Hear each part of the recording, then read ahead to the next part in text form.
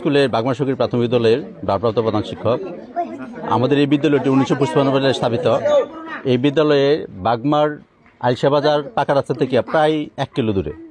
এখানে এই সরকারি প্রতিষ্ঠান ছাড়াও বাগমারের একমাত্র ঈদগাহ মাঠ বা একটা গুনাপাড়া জামে মসজিদ, গুরুস্থান, 4টা স্থাপনায় একেবারেই অঙ্গাঙ্গিভাবে জড়িত। আর আমার ছাত্রছাত্রীরা বর্ষাকালে দেখা যায় এই যে 1 কিলো যে কাঁচা রাস্তা, যে বৃষ্টির সময় মানে আসাটা খুবই অসুবিধা হয়ে যায়, পিছিল খেয়ে পড়ে যায়, কাপড় চোপড় নষ্ট হয়, বই ব্যাগ নষ্ট করে স্কুলে মানে তখন অনুপস্থিতির হার আমার বেড়ে যায়। শিক্ষার্থীদের আসা যাওয়া, এলাকাবাসীর আসা যাওয়া, আমাদের শিক্ষকদের আসা যাওয়া খুবই কষ্টদায়ক হয়ে যায়। আমি প্রশাসনের কাছে সুদৃষ্টি কামনা করব, এখানে 4টা স্থাপনা, 4টাই গুরুত্বপূর্ণ বাগমারের একমাত্র সরকারি প্রতিষ্ঠান এই বাগমাশকীর প্রাথমিক বিদ্যালয়। এই 4টা স্থাপনারই গুরুত্ব বিবেচনা করে এই রাস্তাটি অতি দ্রুত পাকাকরণ করা হোক, আমি প্রশাসনের কাছে এই দাবি আবদার জানাচ্ছি। আসসালামু আলাইকুম। আমার 8 নং নড়াইল ইউনিয়ন, বাগমার গ্রাম, 7 নং ওয়ার্ড।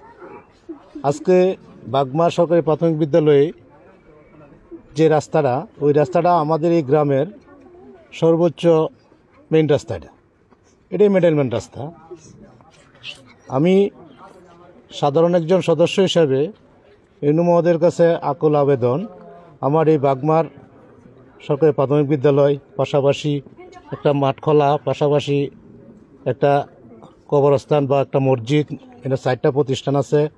প্রতি বছরে ঈদে গ্রামের মানুষ সকলে আসতে হয় এই মাঠখোলায় নামাজ পড়ি আমরা।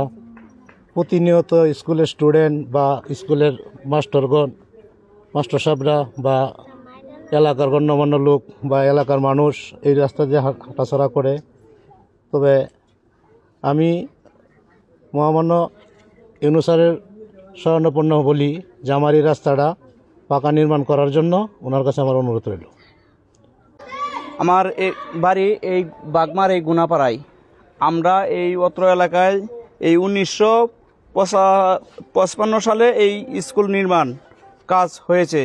আমাদের এই অত্র এলাকায় আমরাও এই স্কুলে লেখাপড়া করেছি। এই স্কুল থেকে অনেকেই আমরা বৃত্তি, এই স্কুলে অনেক নামগঞ্জ আছে। এই স্কুল থেকে এখানে স্কুলের অবস্থায় উন্নতি নাই। পাশাপাশি পাশে দিয়ে একটা নদী, এই স্কুলের মাঠের এই দিক দিয়েও অর্ধেক মাঠ ভাঙ্গা নদীতে চলে গেছে।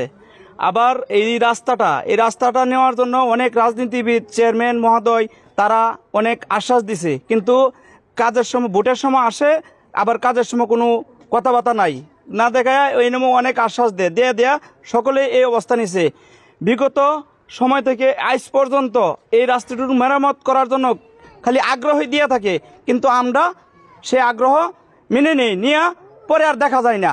তাহলে এই যে রাস্তাগুলা পার্শ্ববর্তী অন্য এলাকায় এনে এত সুন্দর একটা প্রতিষ্ঠান, একটা স্কুল মাঠ এবং কি একটি কবরস্থান, একটি মসজিদ, এই ঘনবসতি মানুষ, আমরা আবাসিক একটি এলাকা, সেই এলাকার অনুযায়ী এই রাস্তাটা এমনভাবে যা আপনারা বেজেহাল দেখেন অবস্থা। আমরা এই সন্ধান পাইছি যে স্কুলের মাস্টার টিচার ওনারা আসে, অথচ 3 দিন পয়রা কাদা করে আবার ওই জায়গা থেকে চলে গেছে। কি করবো, এই কাদা নিয়ে আসতে পারে না। কর্মস্থল বাগমা সরকারি প্রাথমিক বিদ্যালয়। আমরা প্রতিদিনে এভাবে আর কষ্ট করে যাইতে হয়। এই রাস্তার খুব বেহাল অবস্থা। মানে বাচ্চারাও দেখি আজকেও 3টা বাচ্চা নাকি পড়ে স্কুল থেকে চলে গেছে, মানে তারা স্কুলে যাইতো না, বাড়িতে চলে গেছে।